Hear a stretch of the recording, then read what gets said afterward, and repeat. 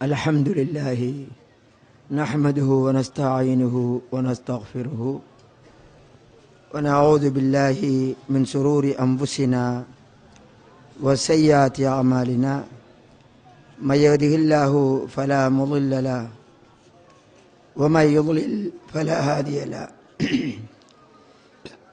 وأشهد أن لا إله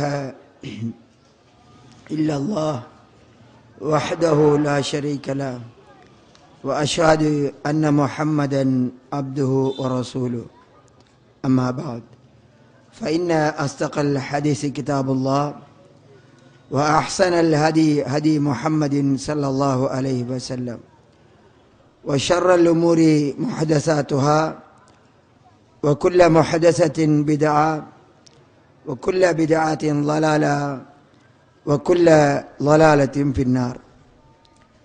அன்பிற்குரிய இஸ்லாமிய சகோதரர்களே சகோதரிகளே, ரமலானுடைய தொடர் பயான் நிகழ்ச்சியில் இந்த சந்தர்ப்பத்தில்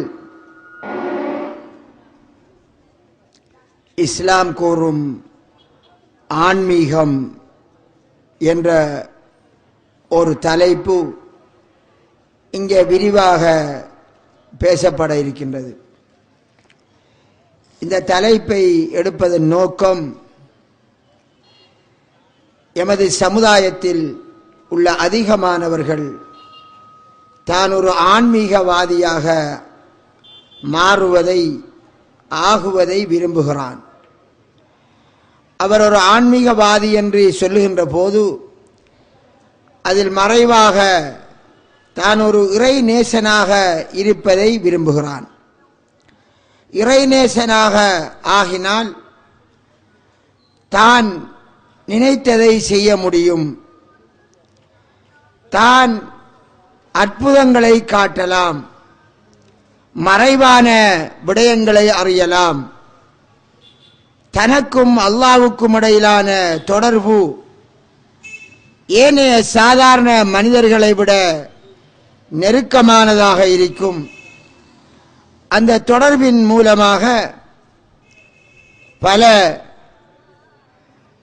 சாதாரண மனிதர்களால் செய்ய முடியாத விடயங்களை செய்யலாம் என்ற பல எண்ணங்கள் எங்களுடைய முஸ்லிம் சமுதாயத்திலே இருக்கின்றது.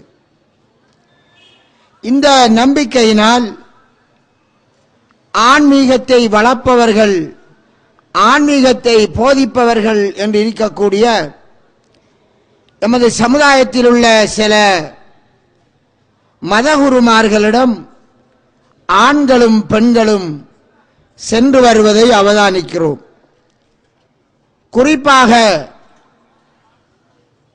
அவர்கள் கூடுதலாக திக்ர் செய்வதையும் கூடுதலாக சில குறிக்கப்பட்ட வணக்கங்களை செய்வதையும் காண முடிகின்றது. இவ்வாறு அந்த மதகுருமார்களிடம் செல்லக்கூடியவர்களுடைய எண்ணம் என்னவென்றால், தனக்கு ஆன்மீகத்தை போதிப்பவர், அவர் இறைவனுடைய விசேஷமான அருளை பெற்றவர், அவருக்கு தன்னை விட சில மறைவான ஞானம் இருக்கிறது, அவருக்கு நோயை குணப்படுத்தக்கூடிய ஒரு ஆற்றல் இருக்கிறது, அவர் நாளை நடப்பதையும் நான் என்ன செய்வேன் என்பதையும் அறியக்கூடியவராக இருக்கிறார் என்றெல்லாம் இவர்களுடைய மனதிலே இவ்வாறான ஒரு எண்ணம் இருக்கிறது. அதனால் என்ன நடக்கிறது பாருங்கள். ஒரு ஆன்மீகவாதியிடம் அவருடைய முரீது போகின்றார். அவரை நாடிப்பவர்களுக்கு முரீத் என்றும் ஆன்மீகத்தை போதிப்பவர் ஷேக் என்றும் எங்களுடைய சமுதாயத்திலே சொல்லப்படுகிறது. அந்த முரீது போய் கேட்பார், நான் இன்னாரை திருமணம் செய்ய இருக்கிறேன், இது எனக்கு நலவாக முடியுமா அல்லது தீங்காக முடியுமா என்று கேட்பார். அப்ப அந்த ஷேக் கூறுவதை வைத்து இவர் திருமணம் செய்வார் அல்லது திருமணத்தை விடுவார். இவ்வாறு ஷேகினுடைய கூற்றை அவர்கள் எடுத்ததற்கு காரணம் அவருக்கு மறைவான ஒரு அறிவு இருக்கிறது, அதை அல்லாஹ் அவருக்கு கொடுத்திருக்கிறான். இவ்வாறு மக்கள் நம்புகிறார்கள். இவ்வாறான ஒரு ஆன்மீக சக்தி, இவ்வாறான சில அற்புதங்கள் ஒருவரிலே வந்து சேர முடியுமா என்று குர்ஆன் சுன்னாவின் அடிப்படையில் நாம் பார்த்தால், அன்பிற்குரிய இஸ்லாமிய சகோதர சகோதரிகளே, அல் குர்ஆனிலோ அல் ஹதீஸிலோ இது போன்ற விடயங்களுக்கு ஆதாரம் கிடையாது.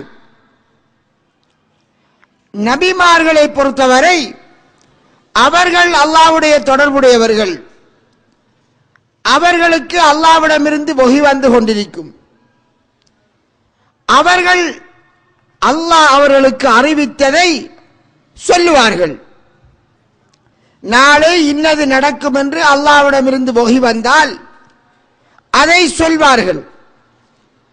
நபிமார்களாக இருந்தாலும் தனக்கு இன்னதுதான் நடக்கப் போகிறது என்பதை அல்லாஹ் அறிவிக்காமல் தெரியாது.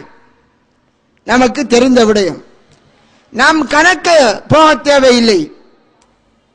ரசூலுல்லாஹி ஸல்லல்லாஹு அலைஹி வஸல்லம் அவர்கள் அவருடைய மனைவி ஆயிஷா ரலியல்லாஹு அன்ஹா, ஆயிஷா ரலியல்லாஹு அன்ஹா அவர்களையும் சஃப்வான் என்கிற ஒரு நபித்தோழரையும் சேர்த்து வைத்து ஒரு தப்பான வதந்தியை முனாஃபிக்குகள் கட்டிவிட்டார்கள்.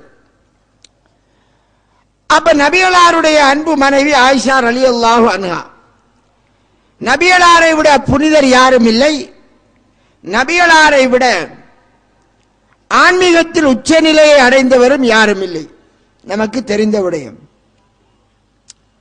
அப்ப அந்த ரசூலுல்லாஹி ஸல்லல்லாஹு அலைஹி வஸல்லம் அவர்கள் எல்லா இறைநேசர்களுக்கும் மேலான இறைநேசர், நபிமார்களின் தலைவர், படைப்பினங்களில் மிக சிறந்தவர். அவர்கள் ஆயிஷா ரலியல்லாஹு அவர்களுடைய உண்மை நிலை விளங்கவில்லை. அப்போது ஆயிஷா ரலியல்லாஹு அன்ஹா அவர்களும் தன்னுடைய களங்கமான நிலையோடு நபியோடு இருக்க விரும்பவில்லை. தகப்பனிடம் போக விரும்பினார்கள், இவர்களும் அனுப்பிவிட்டார்கள். அல்லாஹ்விடமிருந்து பல வாரங்களின் பின்னால் வஹி வந்தது. ஆயிஷா ரலியல்லாஹு அன்ஹா ஒரு உத்தமமான பெண், ஒரு பத்தினியான பெண், களங்கம் அற்றவள். இந்த வஹி வரும் வரை நபிகளார் ஸல்லல்லாஹு அலைஹி வஸல்லம் அவர்களுடைய நிலை என்ன? ஆயிஷா ரலியல்லாஹு அன்ஹா அவர்களை பற்றி மற்ற சஹாபாக்களிடம் விசாரிக்கிறார்கள்.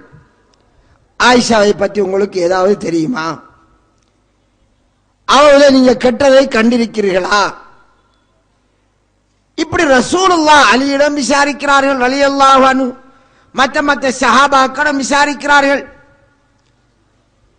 அன்பிற்குரிய சகோதரர்களே, அப்ப நபிகளார் ஸல்லல்லாஹு அலைஹி வஸல்லம் அவர்கள் தான் அவ்வளவுக்கு இறைவனோடு நெருக்கமானவராக இருந்தும் தனது மனைவியினுடைய உண்மையான உத்தமமான புனிதமான நிலையை அந்த சந்தர்ப்பத்தில் அறிய முடியவில்லை.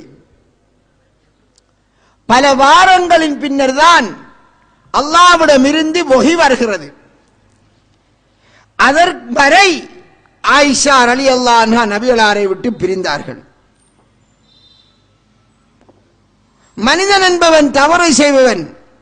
ஆயிஷா, நீ தவறு செய்திருந்தால் அல்லாஹ்விடம் மன்னிப்புக்கள் என்று ஆயிஷாவை பார்த்து சொல்லக்கூடிய அளவிற்கு நபிகளார் ஸல்லல்லாஹு அலைஹி வஸல்லம் அவர்களுக்கு அந்த விடயத்தில் உண்மை நிலை தெரியவில்லை.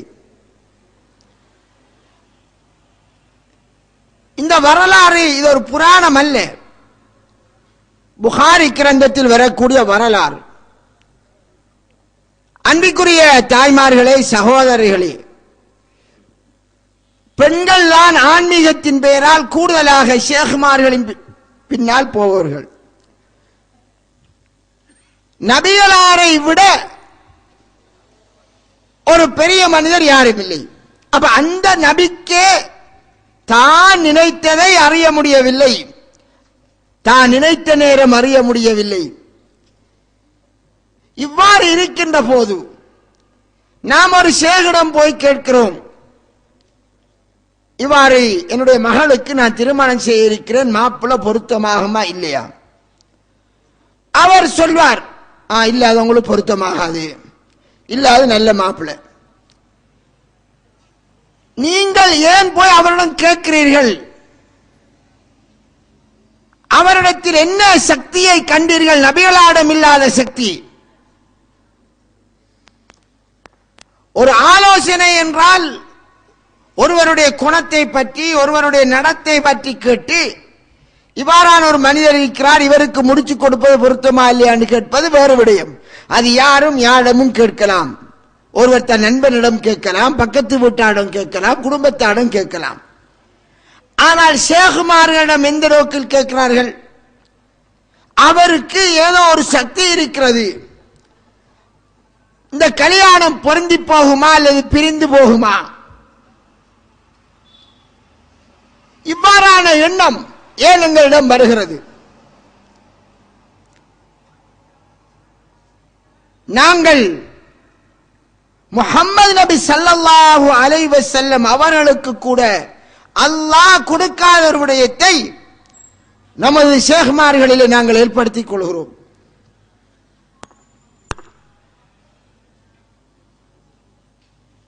நபிகளாருக்கு பின் இந்த உலகத்திலே யாருக்கும் வஹி வருவது கிடையாது.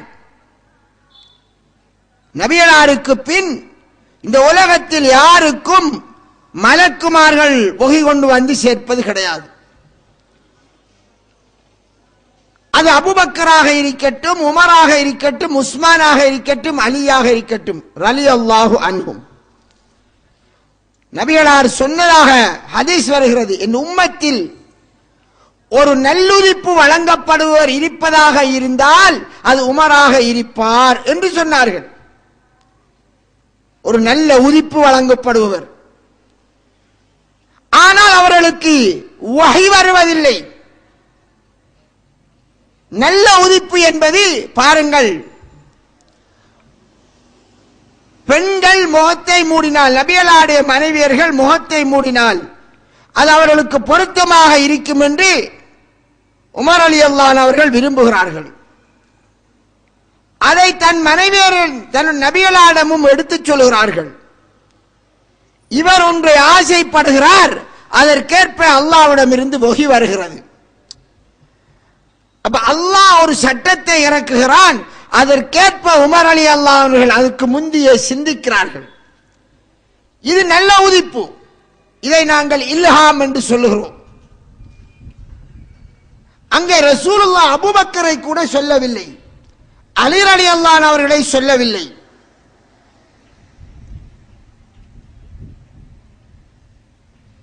இது நல்லுதிப்பு என்பது இதற்கு இல்ஹாம் என்று சொல்லப்பட்டாலும்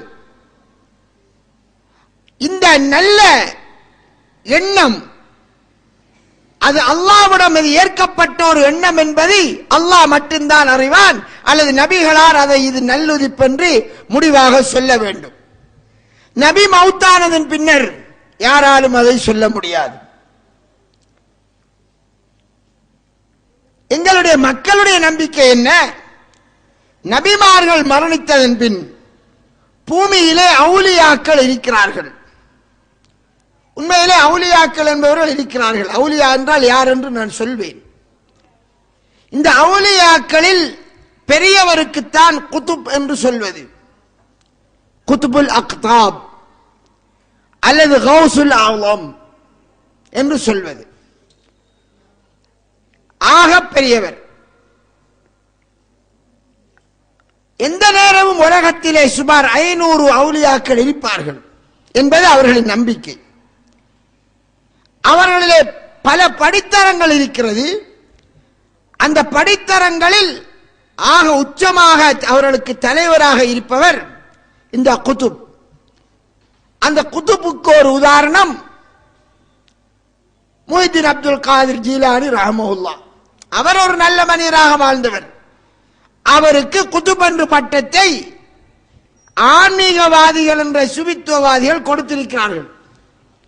சரி, இது ஒரு விடயம். இரண்டாவது ஒரு விடயம் என்னவென்றால், இவர்களுக்கும் ஹிதர் அலைஹிஸ்ஸலாமுக்கும் இடையில் தொடர்பு இருக்கிறது. அது யார் ஹிதர் அலைஹிஸ்ஸலாம்? சூரத்துல் கஹ்ஃபிலே அல்லாஹ்வால் சொல்லப்படக்கூடிய ஒரு நபி. அக்காலத்தில் வாழ்ந்த மூசா அலைஹிஸ்ஸலாம் அவர்களையும் ஹிதர் அலைஹிஸ்ஸலாத்தையும் அல்லாஹ் தொடர்பு ஏற்படுத்தி ஒரு பிரயாணத்தை எங்களுக்கு குர்ஆனிலே சொல்கிறான். நமக்கு தெரியும், இந்த ஹிதர் அலைஹிஸ்ஸலாம் அவர்கள் தற்போது உயிரோடு இருக்கிறார்கள் என்ற நம்பிக்கை யாரிடம் இருக்கிறது என்றால், இந்த ஆன்மீகவாதிகள் என்ற சுவித்துவாதிகளிடம் இருக்கிறது. இவர் இந்த அவுலியாக்களுக்கு செய்திகளை, ஆன்மீகம் என்ற ஒரு ரகசியமான அறிவை, ஞானத்தை போதிப்பார். இரண்டாவது விடயம். மூணாவது விடயம், இந்த ஆன்மீகத்தின் உச்சநிலை அடைந்தவர்கள் சாதாரண மனிதர்கள் அடையாத சில மேலதிகமான அறிவை அடைந்திருக்கிறார்கள். அதற்கு பெயர் மாரிஃபத். சாதாரணமான மனிதர்கள் ஷரியத்திலே இருப்பவர்கள். அந்த ஷரியத் என்ற நிலையில் இருந்து நாங்கள் ஒரு உண்மையான ஒரு இறைநேசனாக மாறுவதென்றால் மாரிஃபத் என்ற நிலையை அடைய வேண்டும். இந்த மாரிஃபத்துக்கும் ஷரியத்துக்கும் இடையில் இன்னும் 2 படித்தரங்கள்.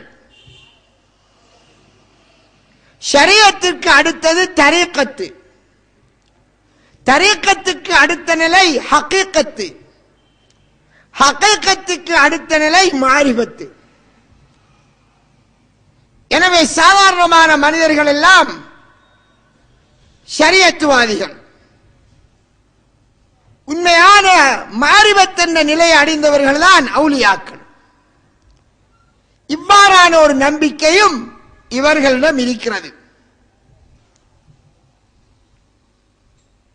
இந்த மாரிஃபத் என்ற நிலையை அடைந்த இந்த அவுலியாக்கள் தான் எந்த நேரமும் 500 பேர் இருப்பார்கள். அவர்களில் அபுதால்கள், நுகபாக்கள், நுஜபாக்கள், அவுத்தாதுகள், அக்தாபுகள், கௌசுல் ஆலம் என்று ஒவ்வொரு படித்தரம் இருக்கிறது. ஆக உயர்ந்த உச்சத்தில் உள்ளவர் கௌசுல் ஆலம். இவர்கள் கியாம நாள் வரை இருந்து கொண்டிருப்பார்கள்.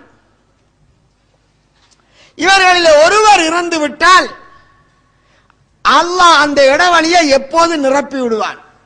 பார்லிமெண்டிலே ஒரு 300 சீட் இருந்தால் ஒருவர் இறந்து விட்டால் அவர் எந்த கட்சியோ அந்த கட்சியை சேர்ந்தவர்கள் அந்த இடைவெளிக்கு ஒருவரை நிரப்புவதை போன்றோ அல்லாஹ் இந்த இடைவெளியை நிரப்புவான். இப்படித்தான் இந்த பூமியை இயக்குகிறான் என்று ஒரு நம்பிக்கை. அன்பிற்குரிய சகோதரர்களே, இவைகளை பற்றி நாம் படித்த போது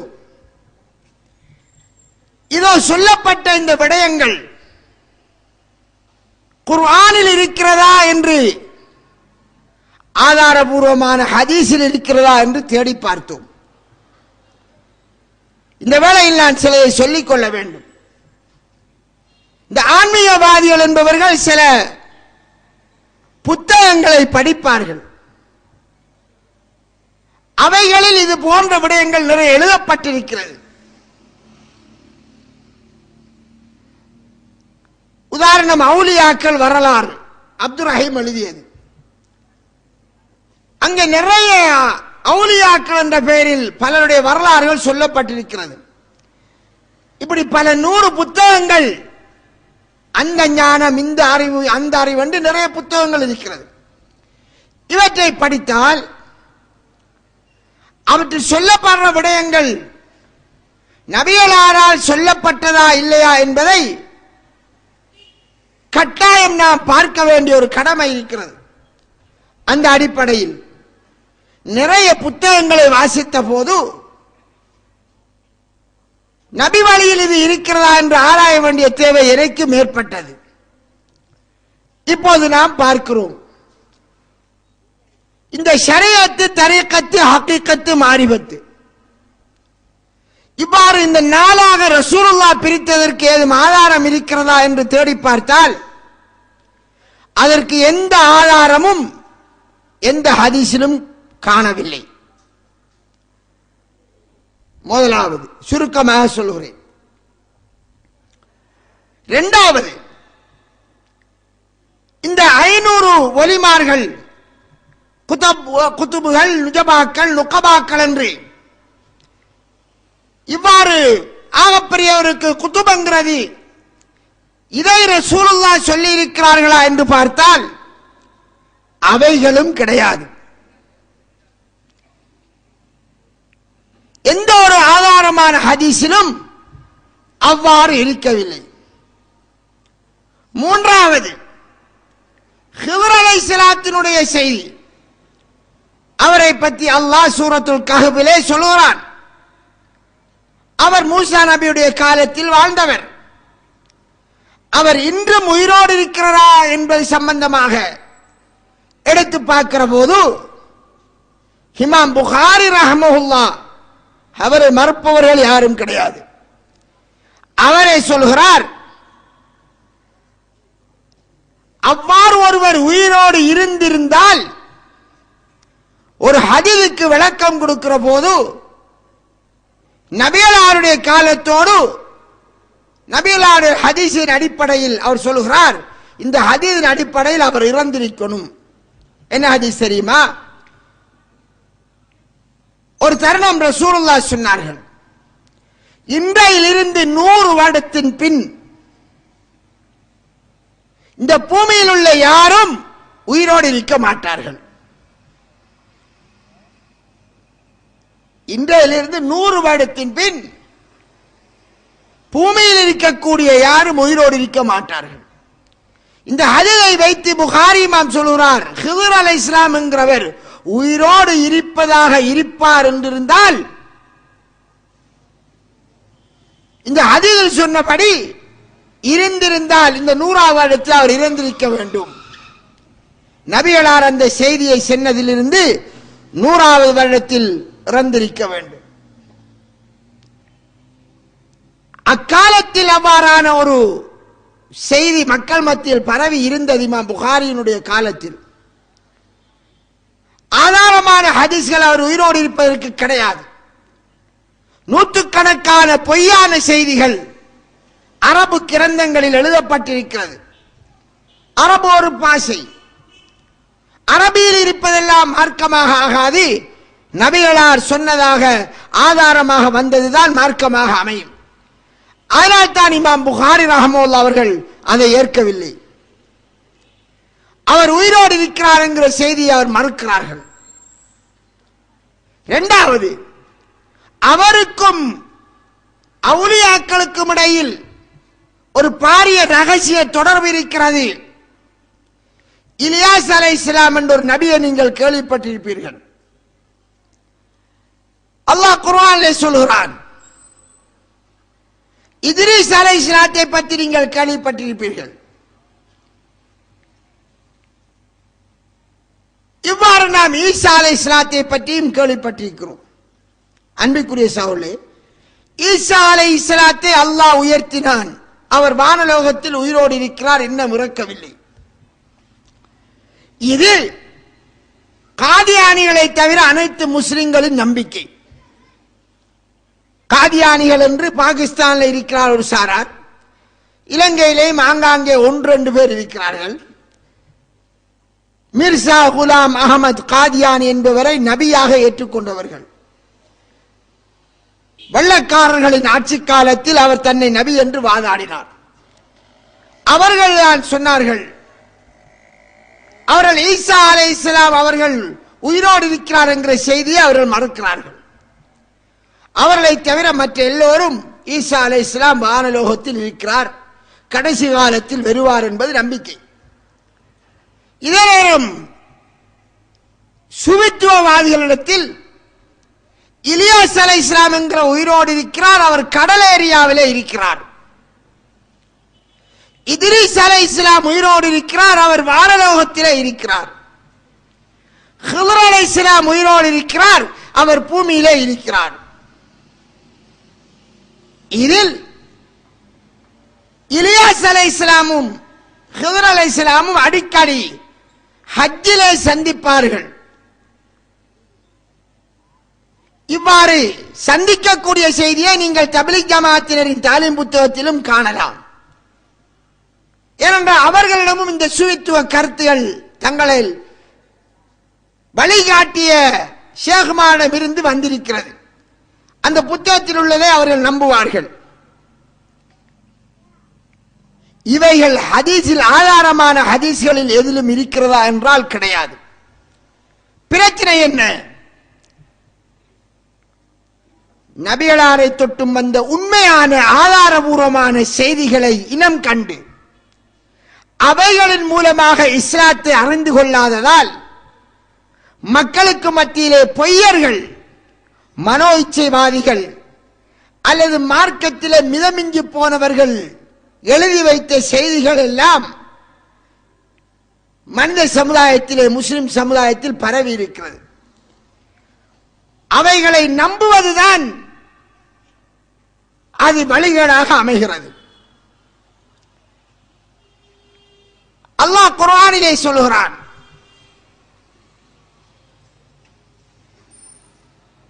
உமக்கு முன்னரும் பல தூதர்கள் வந்தார்கள், அவர்களும் இறந்து விட்டதாகத்தான் சொல்கிறான். உனக்கு முந்தி யாருக்கும் நாம் பூமியில் நிரந்தர தன்மையை கொடுக்கவில்லை. பூமியில நிரந்தரமாக வாழக்கூடியதை நாம் யாருக்கும் கொடுக்கவில்லை என்பதை அல்லாஹ் கூறுகிறான். இவர்கள் கடல்லே இலியாஸ் அலைஹிஸ்ஸலாமும் பூமியிலே ஹித்ர் அலைஹிஸ்ஸலாமும் என்கிறார்கள். ஈசா அலைஹிஸ்ஸலாம் அவர்கள் வானலோகம் உயர்த்தப்பட்டார்கள், இறுதி காலத்தில் வருவார்கள். இது புகாரியில் வரக்கூடிய செய்தி. குர்ஆனிலும் அல்லாஹ் சொல்லிவிட்டான், அவரை அவன் உயர்த்தி விட்டான் என்று. ஆனால் அவரும் பூமியில் நிரந்தரமாக இருக்கவில்லை. அன்பிற்குரிய சகோதரர்களே, சகோதரிகளே, இங்கே இவ்வாறான சில நம்பிக்கைகள் முஸ்லிம் சமுதாயத்தில் இருக்கிறது. இந்த நம்பிக்கையை தங்களுக்குள் ஏற்படுத்தி அதன் பின்னணியில் மறைவான ஞானம் அல்லது மறைவான அறிவு, மாரிபத்துடைய அறிவை அடைந்தவர்களை தேடிச் சென்று அவர்களிடம் சிஷ்யர்களாகி அவர்களிடம் நாங்கள் கல்வி பயிலுகிறோம் என்ற பெயரில் எங்களுடைய சமுதாயத்தினர் பலர் போய்கொண்டிருக்கிறார்கள். இந்த வேளையில் இஸ்லாத்திலே ஆன்மீகம் என்கிறது ஒன்று இருக்கிறதா? ஆம், அதில் மாற்று கருத்து கிடையாது. என்னது ஆன்மீகம் என்றால்? ஆன்மீகம் என்றால் ஆன்மாவை பரிசுத்தப்படுத்துவது, பரிசுத்தப்படுத்தி வாழ்வதற்கு பேர் ஆன்மீகம். கது அஃப்லஹ மன் ஸக்காஹா, அல்லாஹ் குர்ஆனிலே சொல்கிறான், ஆன்மாவை எவன் பரிசுத்தப்படுத்தினானோ அவன் வெற்றி பெற்று விட்டான். ஆன்மாவை பரிசுத்தப்படுத்துவதென்றால் என்ன? அது ஒரு கேள்வி. நபிகளார் தன்னுடைய சஹாபாக்களை எப்படி பரிசுத்தப்படுத்தினாரோ அவ்வாறு பரிசுத்தப்படுத்துவது ஆன்மீக பரிசுத்தம். அல்லாஹ் குர்ஆனிலே சொல்கிறான்,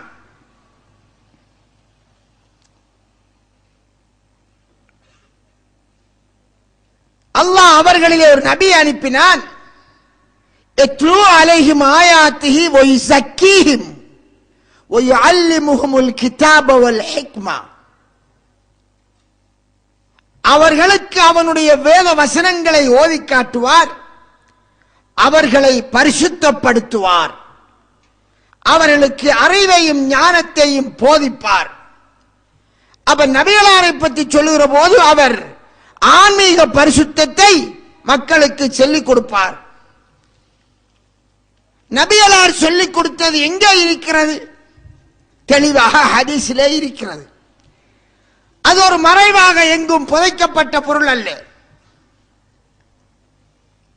எங்களுடைய சமுதாயத்திலே ஒரு நம்பிக்கை இருக்கிறது. அலி ரலியல்லாஹு அவர்களுக்கு தனிப்பட ரகசியமாக சில விடயங்களை ரசூலுல்லாஹ் போதித்தார்கள். அது ஆன்மீகம் சம்பந்தப்பட்டது. இது ஒரு பொய்யான செய்தி. அலி ரலியல்லாஹு அவரிடம் கேட்கப்பட்டது, உங்களிடம் சில விசேஷமான விடயங்கள் நபிகளாரால் சொல்லித்தரப்பட்டிருக்கிறதா? இல்லை என்றார்கள். மக்கள் அணியை போன்று இல்லை.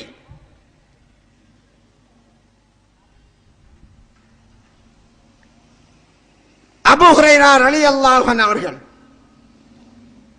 அவர்கள் ஒரு சந்தர்ப்பத்தில் சொன்னார்கள், நான் நபிகளாரிடம் 2 பை நிறைய அறிவை எடுத்தேன், ஒன்றை சொல்லிவிட்டேன், இன்னொன்றை நான் சொல்லவில்லை என்று சொன்னார்கள்.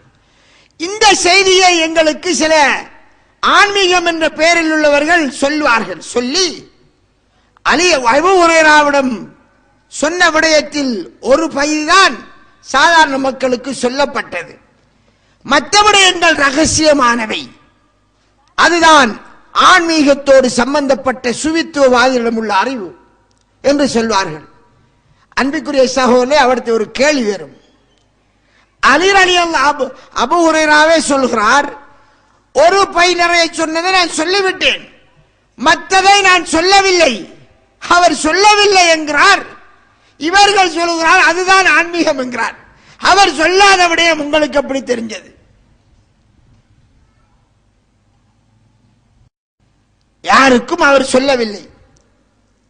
ஒரு சஹாபி நபிகளாரிடம் என்ற ஒரு செய்தியை கேட்டால் அதை அவர் ஒரு தாபியினுக்கு சொல்வார், அவர் ஒரு தபவு தாபியினிடம் சொல்வார். இப்படித்தான் அந்த செய்திகள் வந்தது. அவ்வாறு அபூ ஹுரைரா ரலியல்லாஹு அன்ஹு அவர்கள் சொன்ன செய்திகள் எல்லாமே வந்துள்ளது. அவர் சொல்லவில்லை என்ற செய்தி அது வரவில்லை. அது ரகசியமாக உள்ளது என்று சொன்னால் அது ஒரு பொய்யான வாதம், அதற்கு எந்த ஆதாரமும் இல்லை. எனவே ஆன்மாவை பரிசுத்தப்படுத்துவதற்கு அல்லாஹ் கற்றுக் கொடுத்த பல விடயங்கள், அது ஒன்றும் வித்தியாசமாக அண்டர் கிரவுண்டிலே ரசூலுல்லாஹ் போதிக்கவில்லை. நபிகளார் ஸல்லல்லாஹு அலைஹி வஸல்லம் அவர்கள் சஹாபாக்கள் எல்லோரையும் ஆன்மீகவாதி ஆக்கினார்கள், ஆன்மீக பரிசுத்த தன்மை ஏற்படுத்தினார்கள். கரடு முரடாக வாழ்ந்தவர்கள், கண்ணெஞ்சமுள்ளவர்களாக இருந்தவர்கள், நல்லது கெட்டது தெரியாமல் இருந்தவர்களை நல்ல மனித பண்புள்ளவர்களாக, ஈவிரக்கம் உள்ளவர்களாக நபி ஸல்லல்லாஹு அலைஹி வஸல்லம் மாற்றினார்கள். கல்லையும் முள்ளையும் சாணத்தையும் வணங்கியவர்களை அல்லாஹ்வை மட்டும் வணங்கக்கூடியவர்கள் ஆக்கினார்கள். எடுத்ததற்கெல்லாம் சண்டை பிடிப்பவர்களை பொறுமையாளர்களாக மாற்றினார்கள். இவ்வாறு ரசூலுல்லாஹ் ஒரு மனிதனுடைய குணாதிசயங்கள் அல்லாஹ் விரும்பக்கூடிய விதத்தில் மாற வேண்டும் என்பதற்கான வழிவகைகளை காட்டினார்கள். அதற்கேற்ப அந்த சஹாபாக்கள் தங்களை மாற்றிக்கொண்டார்கள். ஆசையை மனோ இச்சைக்கேற்ப அடைந்தவர்களை அல்லாஹ் விரும்பக்கூடிய விதத்தில் தான் ஆசையை அடக்கி தன் ஆசையை தீர்க்க வேண்டும் என்கிற ஒரு கட்டுப்பாடு அவர்களுக்கு ஏற்படுத்தினார்கள். அன்பிற்குரிய சகோதரி, இவ்வாறு அல்லாஹ் விரும்பக்கூடிய விதத்தில் தமது மனதை வைத்துக் கொள்வதற்கு பேர்தான் ஆன்மீக பரிசுத்தம். நமது ஆத்மா அல்லாஹ் விரும்பக்கூடிய வழியிலே அமைவது, அமைய பெறுவது, அதற்கேற்ப அது வலிந்து கொடுப்பது, அது ஆன்மீகம், ஆன்மா பரிசுத்தம் அடைவதன் அடையாளம். ஒரு விஷயம். இரண்டாவது, அவுலியாக்கள் என்பவர்கள் ஒருவர் இருக்கிறார்களா? ஒரு கேள்வி. ஆம். அவுலியாக்கள் என்றால் யார்? இவர்கள் சொல்வதை போன்று 500 பேர் அந்த அவுலியாக்களா? அதற்கு எந்த ஆதாரமும் இல்லை. அல்லாஹ் திருக்குர்ஆனிலே சொன்னான், அதற்கு மேல் எந்த வரைவிலக்கணமும் தேவையில்லை. இன் அவுலியாஹு இல்லல் முத்தகூன், இரையச்சம் உள்ளவர்களை தவிர அவனுடைய நேசர்கள் இல்லை. அல்லாஹ்வுடைய அவுலியாக்கள் என்று சொல்பவர்கள் யார் என்றால், அல்லாஹ்வை பயந்து வாழ்பவர்கள். எவரெல்லாம் அல்லாஹ்வுக்கு பயந்து வாழ்வார்களோ, அவனுடைய கட்டளைகளுக்கு முற்றுமுழுதாக அடிபணிந்து வாழ்வார்களோ, தன் மனோ ஆசைகளை அடக்கிக் கொண்டு அல்லாஹ்வின் விருப்பத்தை தெரிவு செய்வார்களோ ஒவ்வொரு விடயத்திலும், அவர்கள் அல்லாஹ்வின் நேசர்கள். அது எத்தனை பேர், அது எத்தனை லட்சமாகவும் இருக்கலாம். அலா இன்ன அவுலியா அல்லாஹி லா கௌஃபுன் அலைஹிம் வலா ஹும் யஹ்ஸனூன், தெரிந்து கொள்ளுங்கள், அல்லாஹ்வினுடைய நேசர்கள், அவர்களுக்கு அச்சமில்லை, அவர்கள் துக்கப்படவும் மாட்டார்கள்.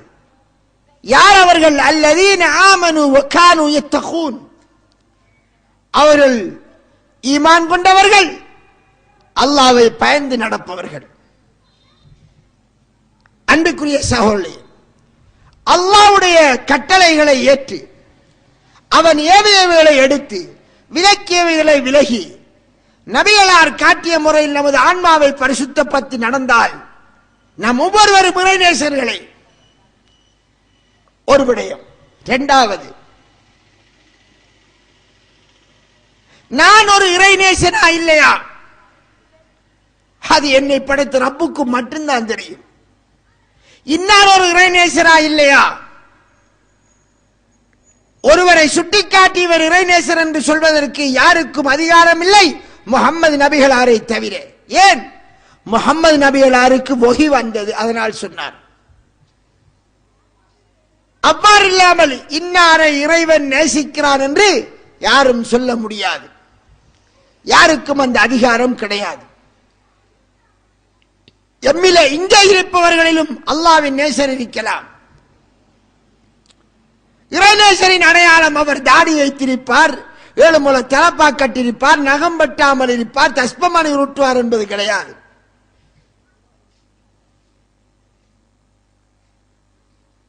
நாங்கள் சில அளவுகோலை வைத்திருக்கிறோம் எங்கள் சமுதாயத்திலே.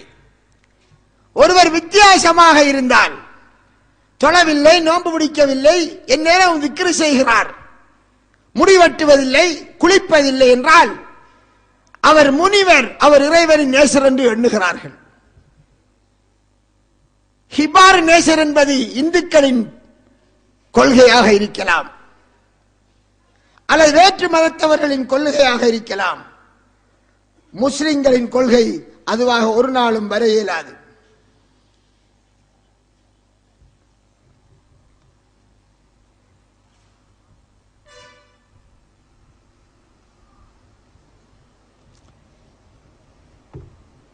அன்பிற்குரிய சகோதரர்களே,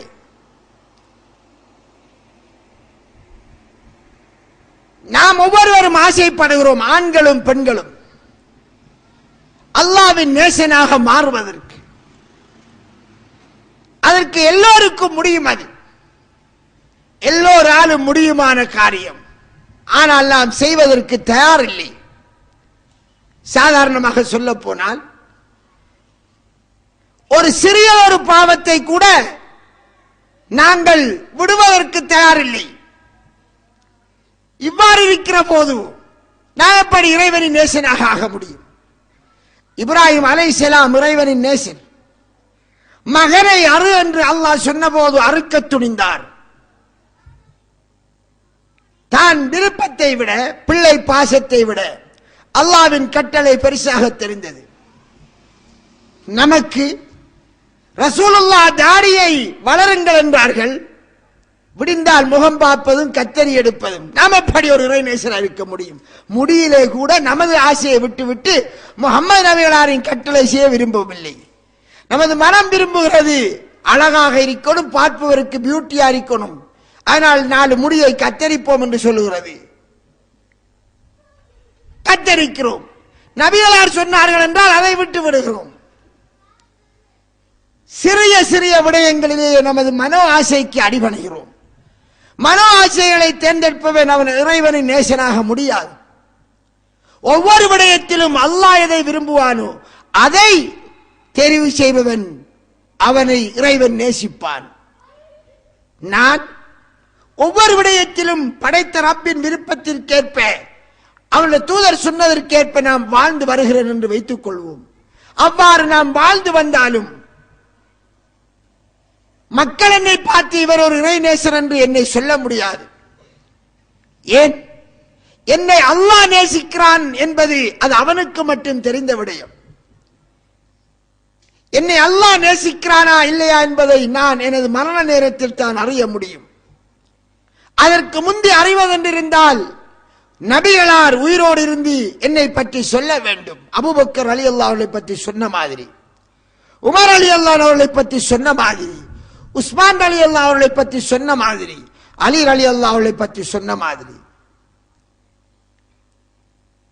எனவே அல்லாஹ்வினுடைய தூதர் இப்போது இல்லை. இவ்வாறு இருக்கின்ற போது நாங்கள் இன்னார் ஒரு இறைவனுடைய நேசர் என்று சொல்வது ஒரு அறியாமை. மொத்தத்தில் என்ன அளவுகோல்? நாம் சொல்வதற்கு முன்னர் ஒருவர் இறைவனுடைய நேசனா இருப்பதற்கான அளவுகோல் என்ன? எந்த விடயத்திலும் அல்லாஹ்வின் பொருத்தமே அவருடைய விருப்பமாக இருக்கும். மனைவி விடயத்திலோ தொழில் விடயத்திலோ அனைத்திலும் அல்லாஹ்வின் பொருத்தம் இப்ராஹிம் அலைஹிஸ்ஸலாத்தை போன்று இருக்கும். அதை தேர்ந்தெடுப்பார். தன் மன ஆசைக்கு கொஞ்சமும் அவர் அடிபணிய மாட்டார். இவ்வாறானவர்களை நீங்கள் காண்கிறீர்களா? ஒருவர் இறைவனுடைய நேசனாக இருப்பதற்கு அடையாளமாக அவர் திருமணம் செய்யாமல் வணக்கத்தில் இருப்பது அது ஒரு நாளும் ஆகாது.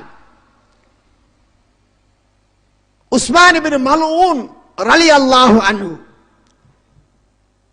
அவர் நபிகளிடம் வந்து கேட்டார், நான் என் ஆசையை அடக்குவதற்காக என் ஆண்மையை போக்க விரும்புகிறேன். இதற்கு தபத்துல் என்று சொல்வது அரபியிலே. அப்ப ரசூலுல்லாஹ் சொன்னார்கள், உஸ்மான், துறவித்தனம் எங்களுடைய மார்க்கத்திலே எழுதப்படவில்லை, கடமையாக்கப்படவில்லை என்றார்கள். துறவரம் பூணுவது, சிலரை நாங்கள் பார்க்கலாம் துறவிகளாக ஆவார்கள், முடிவெட்ட மாட்டார்கள், குளிக்க மாட்டார்கள், கையிலே நகங்கள் வளர்ந்திருக்கும். அவர்கள் பிற மதத்திலே தவசிகளாக இருப்பார்கள், முனிவர்களாக இருப்பார்கள். அதற்கேற்ப எங்களுடைய மார்க்கத்திலும் சிலர் முஸ்லிம் என்ற பெயரில் உள்ளவர்கள், அவருக்கு பின்னால் 4 பேர் போவார்கள், வருவார்கள். இது அவர் இறைநேசரின் அடையாளம் அல்ல. நபிகளார் அன்று உஸ்மான் இப்னு மல்ஊனை தடுத்தார்கள். எங்களுக்கு அல்லாஹ் இதை கடமையாக்கவில்லை. அது இறைநேசன் ஆவதற்கு வழி அல்ல, அது ஷைத்தானின் வழி. அவர் ஷைத்தானின் நேசர். நபிகளார் காட்டாத வழியிலே இவ்வாறு போவது ஷைத்தானிய வழி.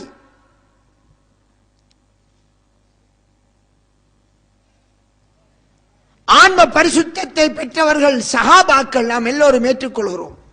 சஹாபாக்களிலே இவ்வாறு ஒருவர் இருந்ததற்கு ஏதும் ஆதாரம் இருக்கிறதா? நகம் வெட்டாமல், குளிக்காமல் ஒருவரை காட்ட முடியுமா? 1,00,000க்கு மேற்பட்ட நபித்தோழர்கள் இருந்தார் என்று சொல்வோம், ஒரு சஹாபியை கிடையாது. தலைவாராமல் வந்த சஹாபிக்கு இதை சரி பண்ணுவதற்கு இவருக்கு சீப்பு கிடைக்கவில்லையா என்பதை நபிகளார் சுட்டிக்காட்டியது நினைவில்லையா? அவ்வாறான ஒரு மார்க்கம். சஹாபாக்கள் அந்த பாலைவன நிலத்திலே தொழில் செய்வார்கள். அது கடும் சூடான பிரதேசம் என்பதால் வேர்த்து கொட்டும். அதனால் ஸல்லல்லாஹு அலைஹி வஸல்லம் அவர்கள் கட்டாயமாக வெள்ளிக்கிழமை குளிக்க வேண்டும் என்றார்கள். குஸ்லு யௌமில் ஜும்ஆத்தி வாஜிபுன் அலா குல்லி முஹ்தலிமின். வெள்ளிக்கிழமை நாளையில் குளிப்பது ஒவ்வொரு பருவ வயது அடைந்தவருக்கும் கட்டாய கடமை என்றார்கள். ஆனால் சஹாபாக்கள் எல்லோரும் குளித்தார்கள் வெள்ளிக்கிழமை நாளையில். அவர்கள் அவுலியாக்கள், இறை நேசர்கள், ரலியல்லாஹு அன்ஹும், அல்லாஹ் அவர்களை பொருந்திக் கொண்டேன் என்று சொல்கிறான்.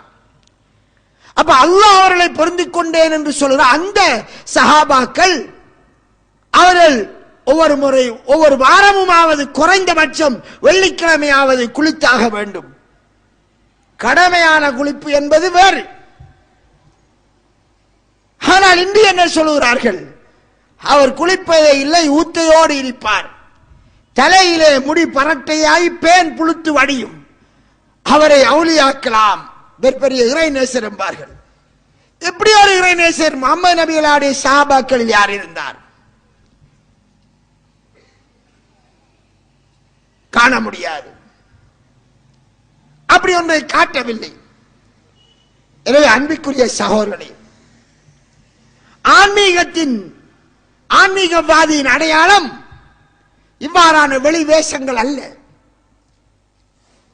அவனுடைய பண்பு நபிகளார் உருவாக்கிய பண்பாக வேண்டும், குணம் அதுவாக வேண்டும், வணக்கம் அதுவாக வேண்டும். எனவே நாம் ஒரு ஆன்மீகவாதியாக இறைவனுடைய நேசனாக மாறுவதென்றால் அதற்கு நாம் என்ன செய்ய வேண்டும் என்பதை இன்ஷா அல்லாஹ் எமது அடுத்த நிகழ்ச்சியில் பார்ப்போம். வாஹிரு தாவானா அல்ஹம்துலில்லாஹி ரப்பில்